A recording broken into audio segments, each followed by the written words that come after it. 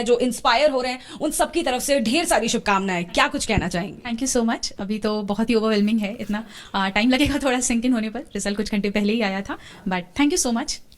अगर हम तैयारियों की बात करें, हम हर साल टॉपर्स से बात करते हैं, टॉपर्स का इंटरव्यू लेते हैं, यूपीएससी के तमाम स्टूडेंट से बात करते हैं।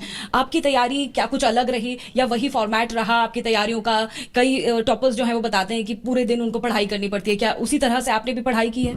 आई थिंक ये तो सबको पता ही होगा कि UPSC one of the toughest exam है, तो मेहनत इसमें बहुत लगती है। बट ऐसा नहीं था कि आपको पूरे 16-17 घंटे ऐसे पढ़ाई करनी होती है। ऑन एन एवरेज अगर आप 8 to 10 आवर्स भी पर डे सीरियसली निकाल पा रहे हैं, आई थिंक दैट वर्क्स। तो मेरे लिए भी वही वर्क किया। Basic books, NCERTs, syllabus, previous year questions और मॉक्स, ये था। चाहे वो कोई भी स्टेज हो यूपीएससी का, I think this is something जो कांस्टेंट रहता है। अगर हम बात करें अटेम्प्ट्स की, तो कौन सा अटेम्प्ट था, कौन सा सब्जेक्ट आपने ऑप्ट किया था? ये मेरा 5th अटेम्प्ट था एंड मैंने जो सब्जेक्ट ऑप्शन के लिए चूज किया था वो पीएसआईआर था, political science and international relations.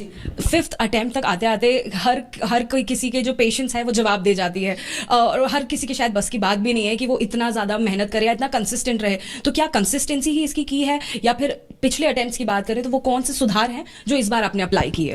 I think just to stay in this preparation आपको एक इंटरनल मोटिवेशन तो होना बहुत जरूरी है। जैसे था कि मैंने सपना देखा बनने का, इसके पीछे कुछ रीजंस थे and that's why I stayed constant. Parents का हमेशा से ही सपोर्ट रहा है उनका, तो that's also kept me going. इसके अलावा ये था कि पहले 3 अटेम्प्ट्स में मैंने प्रीलिम्स नहीं हो पाया, बट उसके बाद जब एक बार मैंने मेंस लिखा और नेक्स्ट लास्ट ईयर भी मैं गई थी इंटरव्यू तक, कट ऑफ से 12 नंबर कम थे, बट देन लास्ट ईयर मुझे कुछ गलतियां समझ में आई and I got an opportunity कि मैं उस पर काम कर सकूं and this year I worked on that and I think that worked in favour as well. क्या लगता है वो कौन सी गलतियां ज्यादातर जो एस्पायरेंट्स हैं वो करते हैं? क्योंकि आपने 5 अटेम्प्ट दिए हैं, चौथे अटेम्प्ट में आपको कहीं ना कहीं फिगर आउट आप कर पाए कि ये गलती हो रही थी और आप कहीं ना कहीं इंटरव्यू तक पहुंच पाए। तो वो कौन सी कॉमन गलती है जो लोग ज्यादातर कर रहे हैं? आई थिंक बहुत ज्यादा रिसोर्सेज फॉलो करना, बहुत ज्यादा स्कैटर्ड प्रिपरेशन रखना, बहुत सारी स्ट्रैटेजीज फॉलो करना। आई थिंक अभी फिर से रिजल्ट्स आए हैं, बहुत स्ट्रैटेजीज होंगी नेट पे, आप यूट्यूब पे फ्रीली अवेलेबल। आई थिंक वो स्टूडेंट्स उससे कंफ्यूज ना हो, सबकी स्ट्रैटेजी अलग होती है, सबकी जर्नी अलग होती है। All we need to do is बहुत ही मिनिमम नंबर ऑफ रिसोर्सेज रखें, उसको मल्टीपल टाइम्स रिवाइज करें एंड प्रीवियस ईयर क्वेश्चंस को हमेशा अपने साइड में रखें इन ऑर्डर टू अंडरस्टैंड कि यूपीएससी की डिमांड क्या है। इंटरव्यू में क्या कुछ सवाल पूछे गए, कुछ हमारे दर्शकों के साथ साझा कर सकते हैं? इंटरव्यू जो मेरा था वो बहुत ही ज्यादा ओपिनियन बेस्ड था। दिनेश दासा सर का बोर्ड था, very cordial board I would say, और सर ने बहुत ही फ्रेंडली इन्वायरमेंट रखा था। Questions were mostly opinion based. There were questions, क्योंकि मैं प्रयागराज से हूं तो क्वेश्चंस कुंभ पे थे, क्राउड मैनेजमेंट पे थे, ठीक है, उसके साथ साथ स्टैम्पीड पे क्वेश्चंस थे। अपार्ट फ्रॉम दैट उस समय दिल्ली में इलेक्शंस भी हो रहे थे, तो there were question on urban apathy, there were questions on like education qualifications जो होना चाहिए for election as to MPs and MLAs, ये सब थे। फिर यही था। उसके अलावा कुछ इंटरनेशनल रिलेशन से भी क्वेश्चन आए, क्योंकि पीएसआईआर मेरा ऑप्शनल था। We talked about India and China, India and Bangladesh, तो वो इंटरनेशनल रिलेशंस पे भी क्वेश्चन थे, और हॉबी से भी इक्वली उन्होंने क्वेश्चन। शक्ति, ऐसा भी हुआ इंटरव्यू में कि कई बार आपको किसी सवाल का जवाब नहीं पता होता, तो ऐसे में पोलाइटली जवाब का ना कैसे दिया जाता है? क्या वैसा भी डर था, और क्या ऐसा जवाब आपने दिया, कोई किसी सवाल का जवाब अगर नहीं पता तो? ऐसे क्वेश्चन जरूर आएंगे जिनका आपको आंसर नहीं पता होता है। How do you answer that?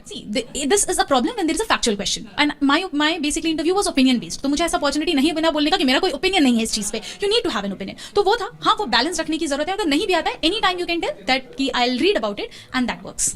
परिवार की अगर हम बात करें, पेरेंट्स आपके क्या करते हैं, घर में कौन कौन है, कैसे उन्होंने मदद की? हाँ, पेरेंट्स तो हमेशा ही उन्हीं का सपोर्ट रहा, that brought me here. This 6 years जो पूरे हैं, पेरेंट्स भाई बहन का ही सपोर्ट रहा है and that worked, really worked in my favour.